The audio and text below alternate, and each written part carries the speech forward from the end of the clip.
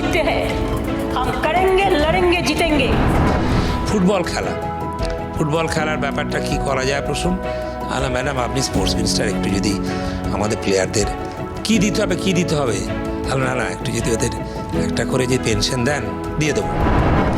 রাতারাতি এই মমতা ব্যানার্জি পেনশন আরাম করেছে, শুনে রাখুন। এখন স্পোর্টস মিনিস্টার যারা, শেখা উচিত অলিম্পিয়ানদের জন্যে সেই সময় 600 টাকা হাতে দেওয়া হলো। কত সাল?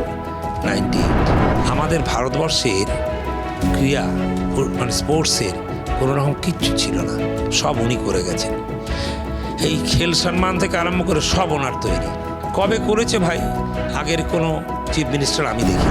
আমি এই মানে মমতা ব্যানার্জি একটাই জন্মেছে, আবার বলছি, আবার 100 বছর পর মমতা আসবে, আর কেউ আসবে না।